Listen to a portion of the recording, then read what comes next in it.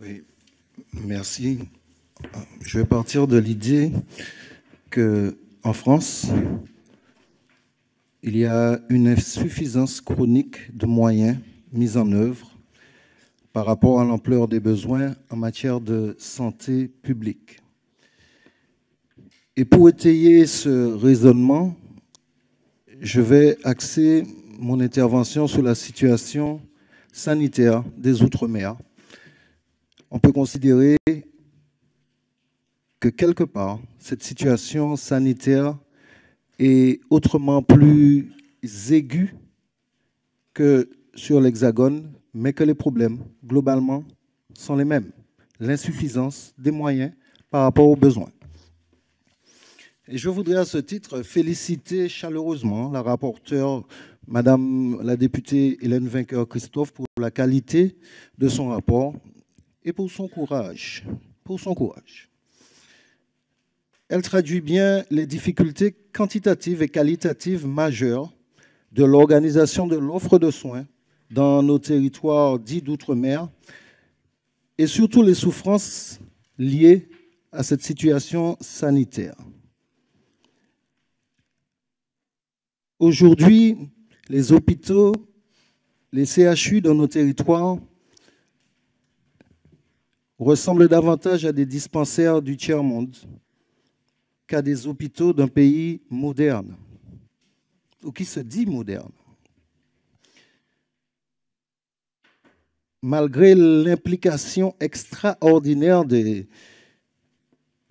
personnels médicaux et paramédicaux, la situation est on ne peut plus critique, à tel point qu'aujourd'hui, dans tous nos territoires, il se dit qu'il vaut mieux, en cas de survenue d'une maladie, il vaut mieux posséder en épargne de quoi payer un billet d'avion pour venir se faire soigner à Paris.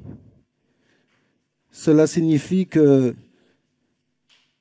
risque de se développer encore une fois une médecine à deux vitesses, une médecine de bas niveau captive pour ceux qui n'ont pas les moyens de se déplacer et une médecine accessible hors des frontières de nos pays, à Paris le plus souvent, pour ceux qui en ont les moyens.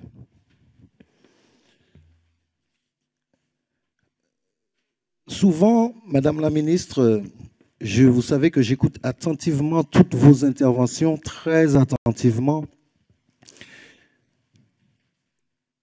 Vous montrez du doigt un peu le fait que nos CHU sont les plus subventionnophages, que nous coûtons beaucoup aux finances publiques et qu'un effort de l'État est mené régulièrement chaque année pour venir en aide à nos hôpitaux, il est vrai, agonisants. Mais quand posséderons-nous véritablement des moyens, des éléments pour faire établir un diagnostic objectif sur le poids, l'impact de la T2A, la tarification à l'activité, qui est d'inspiration états-unienne et qui a été appliquée à l'ensemble du modèle français, mais qui chez nous provoque des ravages incommensurables. Quand posséderons-nous enfin des éléments objectifs sur le coefficient géographique qui nous est appliqué et qui est structurellement sous-évalué? Alors, dans ces conditions, il ne faut pas s'étonner lorsqu'on sait en plus que le CHU de Martinique est né de la fusion forcenée, de 3 établissements hospitaliers qui étaient déjà structurellement déficitaires. Lorsqu'on fait un mariage avec 3 pauvres, il ne faut pas croire que le trio qui va sortir de là sera riche. Pour autant, je considère qu'il faut sortir de la sinistrose et des discours uniquement alarmistes, même si la réalité les justifie, ces discours. nos territoires recèlent aujourd'hui aussi de véritables potentiels. En Martinique, par exemple, une plateforme régionale d'oncologie a été mise en œuvre et produit un travail exceptionnel dans le soutien des malades du cancer. Et ça, je tiens à insister là-dessus. Nous pouvons, dans nos territoires, d'une certaine manière, être pionniers dans nombre de matières et de servir de pilote d'expérience qui pourraient être généralisables sur l'ensemble du territoire français. Encore faut-il que ces expériences soient valorisées, soient reconnues et dotées de moyens importants à la hauteur d'une ambition. Donc je me félicite du fonctionnement de cette plateforme-là avec des personnes de haut niveau, de haute qualité qui font un travail incommensurable, exceptionnel auprès des malades. La Martinique aussi est pionnière au niveau de la mise en place d'un comité de démocratie sanitaire. Enfin, puisque j'ai atteint les 5 minutes, et que je n'ai pas envie d'utiliser mon droit de question supplémentaire parce que je suis le seul représentant de mon groupe.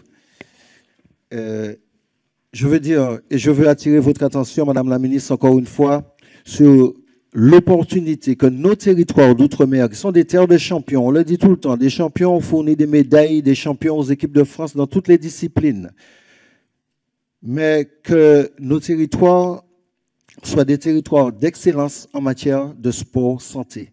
Nous œuvrons déjà énormément sur cette question du sport-thérapie et nous souhaitons savoir quelle est votre position sur la demande que nous allons vous adresser prochainement de prise en charge sous forme de forfait incluant une quarantaine de séances pour les personnes atteintes d'affections de longue durée, de séances de sport encadrées par des professionnels formés en la matière. Je vous remercie. Merci, Monsieur Nilor.